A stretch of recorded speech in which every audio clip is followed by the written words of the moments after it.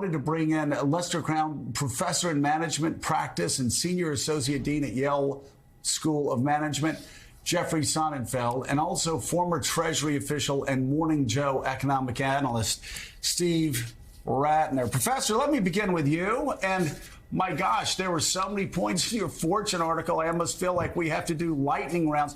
I'm going to read these statements that you would never, that people would never know listening to the gibberish and the talking points coming from the far right. So let's start with this one. Number one, the United States is now the world's largest oil producer and needs almost no Saudi oil. The United States has already cut its imports of Saudi oil by 90% over the past decade. Explain that to people who may not know that fact. Yeah, that's pretty impressive that we've cut it back. It was about 2 million barrels perhaps a decade ago. Now we're down to about 350,000 barrels. And we're selling oil to Europe. We could keep it and be 100% self-sufficient. We produce more oil right now than the Saudis do. As an aside, I think very few viewers would remember or even have heard that, in fact, we used to own 100% of Aramco. And in a moment of panic after the Yom Kippur War, we wound up surrendering it at nominal prices to the Saudis because they felt humiliated with the success of Israel. So it's a U.S. control is extraordinary. We're doing very well, and that's to the obviously the suffering of Russia and Putin's agenda. He can't really sell his oil other than at a steep discount, a $35 a barrel discount, and he's the least efficient producer in OPEC. It's right. Let's move through some of these others. By the way, it was the Nixon administration that panicked and gave that away. The second point, federal leases. This will be shocking to people. Everybody hold on to your seats. My friends at the Wall Street Journal editorial page, which I love reading every morning in National Review, which I love reading, hold on to your seats. Federal leases under Biden far exceed those under Trump. We hear drill, baby, drill, professor, all the time. Let me say it again. Federal leases under Biden far exceed those under Donald Trump. Explain. That is pretty astounding, but they're up by a third. The federal leases alone, the first year of Biden versus the first year of Trump, we, of course, don't have the numbers in from the second year, but it's basically around 2,500 starts under Trump, and we're up to around 3,600 under Biden. So that's quite a jump, and perhaps to the dismay of some environmentalists. But they certainly have opened up federal lands. They haven't used the industry hasn't used all the leases that are available to them, and that doesn't even get to offshore, which is a big leap. All right, so let's go to number three.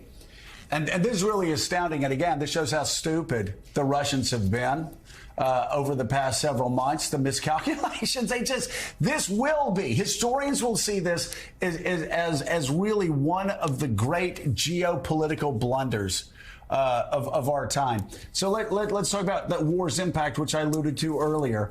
The United States already provides more gas to the EU than Russia did at its peak. And now the EU buys 80% less from Russia than they did before Russia's attack on Ukraine. This is devastating for Russia, is it not?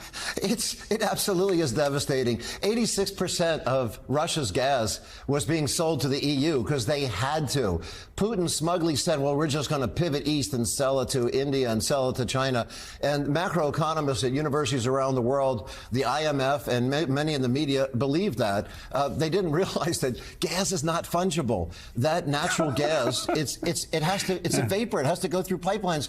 He doesn't have those pipelines to go into China and India. So that's just sitting in the ground. And who's filled it? Like you said, Joe, the U.S. The U.S. now sells more gas to the EU than Russia did at its peak. Russia's now down to about 9% coming into the two remaining pipelines. And that's really hurting him. Oil and gas is 2/3 of his economy. Here's another shock. Here's another shock. Because, of course, there are people that are saying that Biden should be impeached for, let's see, the student loan program should be released because he had lint on his jacket last week. Right. They're also talking about the Strategic Petroleum Reserve. This is the most radical thing ever. Nobody's ever done this before but Joe Biden. How could Joe Biden do this? Why, my God, what's going to happen when we go to war? He has left us vulnerable. I remember every president, you talk about it here, every president's done this before, including, oh my God, locusts descending from the heavens, Donald Trump. He did it himself. Explain. Absolutely, Joe. You get an A+, by the way, on studying this article. You know it better than I do. That's exactly right. He's done it? Trump done it 4 times. We could list, if we had the time, 15 different occasions where presidents have done it, and they weren't national disasters or natural disasters. Trump did it in COVID because production was down. Trump did it when they had the Iranians bomb the Saudi refinery. It's regularly we go to that as a bank, and by the way, so do other oil-producing countries, and replenishing it is the smart thing to do, especially at the pricing he has in mind.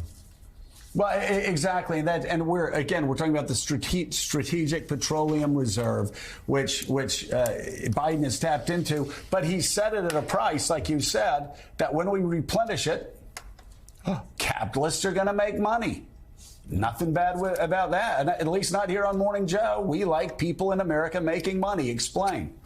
No, that's the idea. It would be using forward pricing about $70 a barrel, which would guarantee that the industry makes money and we replenish this at a very reasonable price. And that's similarly to the oil price caps, which we probably won't be able to get into. But the G7 is going to allow a very, very small margin of profit for Russia. The Saudis panicked and formed sadly, a collusion with the Russians needlessly. We were never targeting Saudi or OPEC in general, just Russian oil for these oil price caps. And that would be around a price around there, a little higher.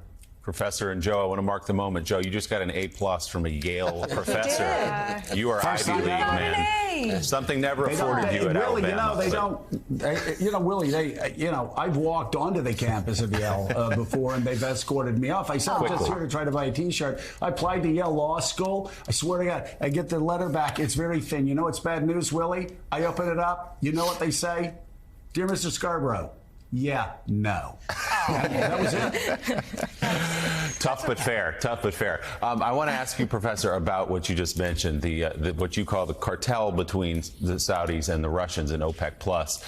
Cutting production by 2 million barrels a day. That was seen by some here as a political move against Joe Biden, an October surprise. What really is the impact of that? Will it cause gas prices to go up the way some people have said? Well, this is another place where highly conflicted energy analysts or confused energy analysts are saying, well, the market commands that. The market's very tight. We've never had these kind of cutbacks in a tight market. No justification for it. They're making returns that Tiffany would like to get. Most OPEC nations, especially the Saudis, they're making 75, 80% returns when the price was $80 a barrel, as it was a week ago.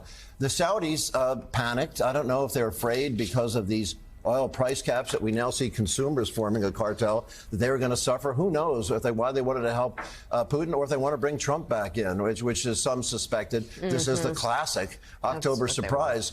But the prices should come down in gas, but the refineries are the stranglehold here. What we find, if you take a look at the last year, we have a 360% jump in refinery profits, unjustified. Even the rest of the oil industry is not even up by a third. So there's something suspicious there. And they say, well, we've had shutdowns. You look at the shutdowns, it's 100% mismanagement, maintenance problems, nothing to do with the Trump or Biden administration policies. There's something weird going on with the middlemen and the refineries that hasn't been discussed.